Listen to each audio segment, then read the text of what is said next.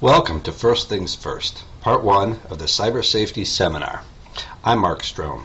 You can find this and other seminar content at cybersafetyseminar.com. I trust that these seminars will be a great help to your parenting. Parents, in order for us to understand this curious cyber world our children live in, we need to recognize some key differences in perceptions. As adults, we tend to see our computers, cell phones, and other technology-based instruments as tools to provide a needed function. They help us get our work done, communicate faster, and keep us in touch with our loved ones. Functional tools. However, our children see technology as very different. Their iPod does not just play music, it makes a statement about them. They do not merely communicate on Facebook, but they party, they swing, or they blow off some steam. To our children, technology is an experience to be lived. Based on experiences they like, our children choose a variety of technologies to get involved in, including photo sharing, where they get to highlight their favorite subject, themselves. Social networks. While the girls spend much more time on social networks, boys typically show up where girls are hanging around. Cell phone usage, including sending text, pictures, and video, seems to satisfy their urge for instant communication. A variety of websites allow for self-expression. Many of these sites are associated or connected with social networks and allow our children all manner of self-expression, from quizzes on themselves to rating their classroom teachers. Gaming sites are a favorite of boys. These include sites where one competes against the game itself, against a high score, or directly against others who are simultaneously signed on to the site. Gaming sites also include gambling sites where one can play for money or for points and prizes or recognition. Keep in mind that for hundreds of years, girls have loved connecting and boys have loved conquering, and these basic drives continue with or without technology. It's important for you as a parent to recognize differences from the world you grew up in. Yours was a world where most of what you read, the movies you watched, the music you listened to, and the games you played were all carefully orchestrated by professionals and typically screened by your parents. Hey, if a stranger wanted to call you, they had to risk having your parents pick up the phone. This is not the world your children are experiencing.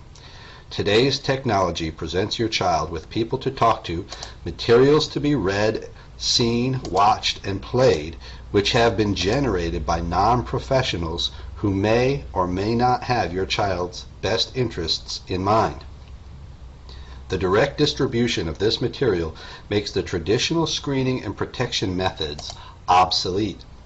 The internet is not like a newspaper dispensing official information, but rather like open mic night at the local bar. You never know what you're going to get. This technology has given our children great freedom and variety, but it has also exposed them to unprecedented dangers. Just like a chemistry experiment can turn bad if certain chemicals are mixed together, cyber problems can begin when three ingredients come together. So what are those three ingredients that are so dangerous together? Well, first, you need either a curious or ignorant or rebellious or undisciplined or disconnected child. Next, you need that child to have easy access to the cyber tools, computers, cell phones, cameras, online video games, etc. Finally, we need children who are unprotected or unmonitored. Well, we're not going to get rid of our children, so we need to settle for curbing their curiosity and teaching and training them. And for the most part, we want our children to learn how to use technology in a proper way, so we're not likely to get rid of technology. We need to set limits and allow our children to earn the use of computers, cell phones, etc. While we can partially address the first two ingredients, we can clearly address the third ingredient through proper parenting. Cyber Safety Seminar aims to teach parents how to teach, limit, protect, and monitor your children to help keep them safe. The consequences are simply too great to ignore this problem. We must help our children avoid being exploited and victimized. Special care should be given by parents to protect their sons and daughters in ways that are specific to the temptations that their child will face. While each child must be protected from exploitation and victimization, boys and girls will face additional challenges that should be addressed. Addressing these specific gender issues will not only strengthen your child, but it will also help ensure they do not fall victim.